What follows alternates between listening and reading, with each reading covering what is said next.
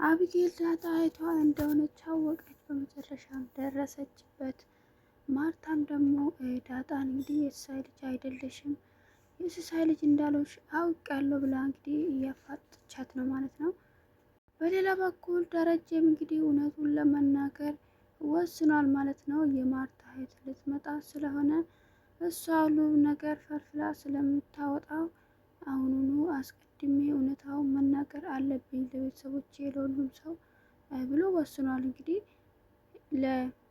ለዳጣም ደግሞ እናቷ ስለ እናቷም እነግራታለሁ ብሏል። ሰላም ሰላም ውድ ቤተሰቦቼ እንዴት ናችሁ? ደህና ናቸው? ሰላማችሁ ይብዛልኝ። ዳጣ ክፍል 102 ተለቋል ማለት ነው። ይህን ቻናል ሰብስክራይብ እያደረጋችሁ ላይክ እያደረጋችሁ ጀምሩ ውድ ቤተሰቦቼ። በባለፈው ክፍል እንዳየነው እንግዲህ ዳጣ በአብጌል እየቀናች ይመስላል። ናታንን እንግዲህ ከአብጌል ጋር ሳይ መቀራረብን አልወደድኩትም፣ በጣም እየተቀራረብክ ነው ያለው ብላ እንግዲህ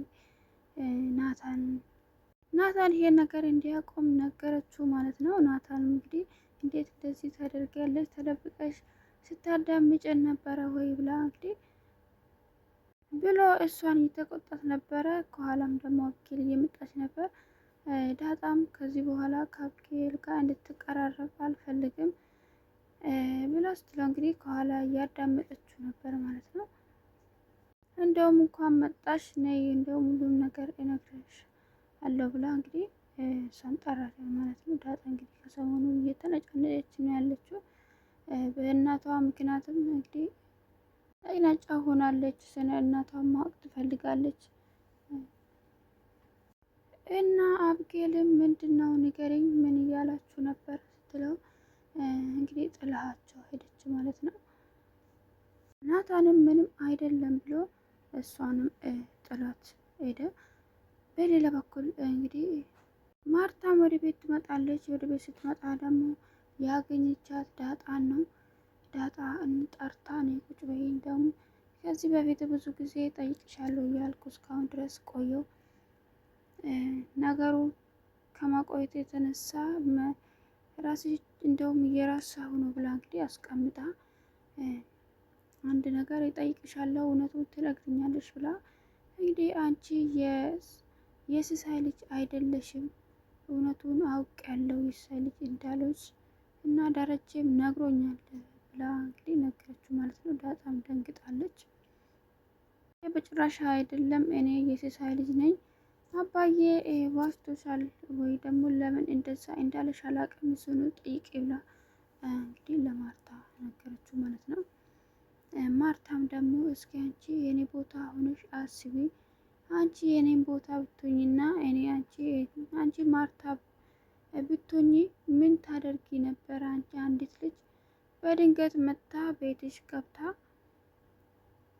ብትኖርና በፊት የሌላ ሰው ልጅ ነው ብላ ከዛ በኋላ ደግሞ የዛ ሰው ልጅ አለመሆኗን ብታቂ ምን ታደርጋለሽ ብላ እንግዲህ እሷን ጠይቀቻት ማለት ነው። ማርታ ሙሉ በሙሉ አሁን ላይ ጠርጥራታለች። እንግዲህ የደረጀ ልጅም ትሆናለች ብላ ያሰበች ይመስለኛል። እንግዲህ ካፈታ እንደዚህ መጠርጠሯን አላስታወቀችም እንግዲህ ዳጣ ምንም አልናገር ስትለው እንግዲህ እኔ እወጣለሁ እና ውሃም መፈለግ አለብኝ ብላ እንግዲህ ወሬውን አስቀይሳ እኔ እወጣለሁ ማን በቃ ብላ ልትወጣ ስትል በቃ ተይ እኔ ራሴ እወጣለሁ ብላ እኔ ራሴ እሄዳለሁ ወደ ክፍል እሄዳለሁ ብላ ጥላት ሄደች ማለት ነው። እንግዲህ ዳጣ በዚህ መሀል በጣም እየተጨነቀች ነው ያለችው ማለት ነው። በአንድ በኩል እናትየዋን አታውቅም፣ በአንድ በኩል ደግሞ ስለ አባቷ ብዙ ሰዎች ለማወቅ እየጓጉ ነው ያሉት ማለት ነው። በሌላ በኩል ደግሞ ደረጀ እንግዲህ ከናታን ጋር እየተመካከረ ነበረ። ከዚህ በኋላ ይሄን እውነታ መደበቅ አልችልም፣ አሁንስ ደክሞኛል እያለ ነበረ። እንግዲህ ናታንም አይዞ አባዬ ጠንከር በል ይሄንን ታልፋለህ ብለው እየመከረው ነው ማለት ነው። ሌላ በኩል ደግሞ እህቷ ልትመጣ ነው ማለት ነው። እንግዲህ የማርታ እህት ልትመጣ ነው ሲመስለኝ። እንግዲህ የማርታ እህት ብዙም ከሌላ ሰው ጋር ያናል አትግባባም። ያው ደረጀ የሚወዳት አይመስለኝም። የእሷ መምጣት ነፃነት እየሰጠው አይደለም ማለት ነው። ከአብጌል ጋር ደግሞ በጣም ይዋደዳሉ፣ ይቀራረባሉ ይመስለኛል። እንግዲህ ከሷ ጠባይ ጋር ያችኛዋም እንደ አብጌል ከሆነች ሁሉንም ነገር ደረጀ አስቀድሞ ካልተናገረ ይታወቃል ማለት ነው።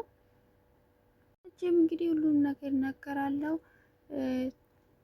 ዳጣም ብትሆን እናቷን ማወቅ አለባት። ስለ እናቷ ማወቅ ትፈልጋለች።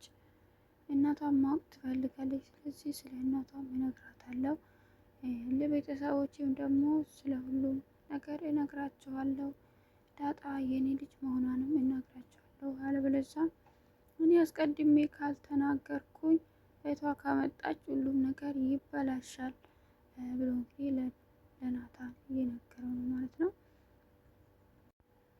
ሌላ አብጌል ናት። እንግዲህ አብጌልም እናቷ ጋር ሄዳ እንግዲህ እናቷ ከውጭ ስለመጣች እናቷንም ሰላም ብላት ለማርታ አንድ ነገር ልነግርሽ እፈልጋለሁ እማዬ ውስጤ እየተመላለሰ ነው ያለው ብላ እንግዲህ ንገሪኝ ስትለው ዳጣ እኮ እኔ ያኔ አለመታሰር ልጁ አለመሞቱ ስትሰማ በጣም ደስ ብሏት ነበረ።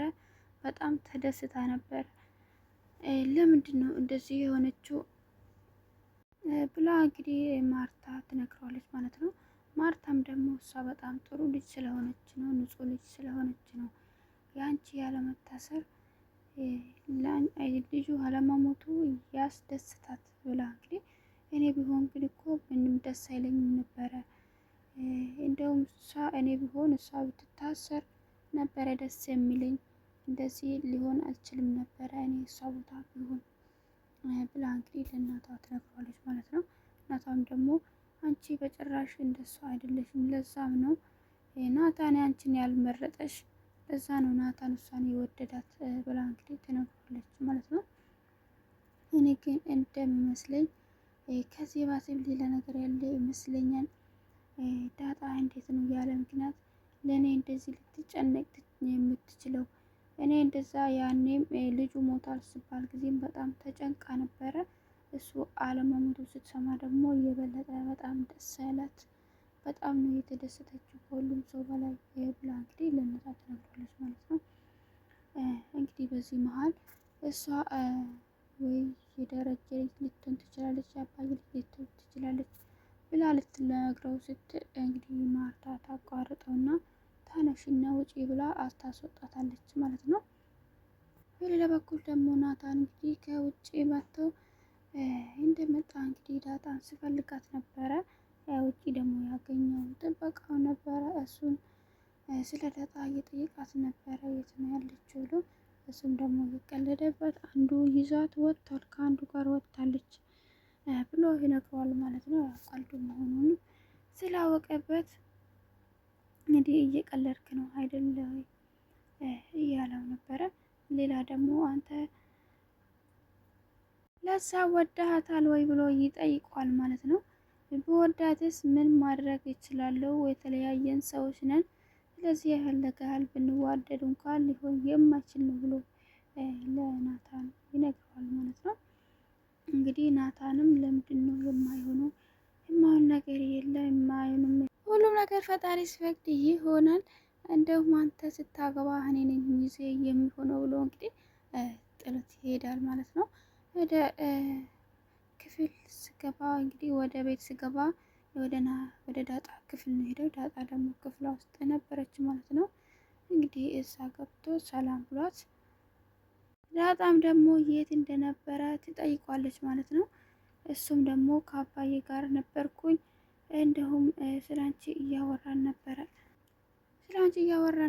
ስላት እንግዲህ እሷም ተደሰተች እና ስለ እናቴ ልነግረኝ ነው ወይ ስለ እናቴ ነው የምነግረኝ ብላ በጣም ደስ አላት ማለት ነው።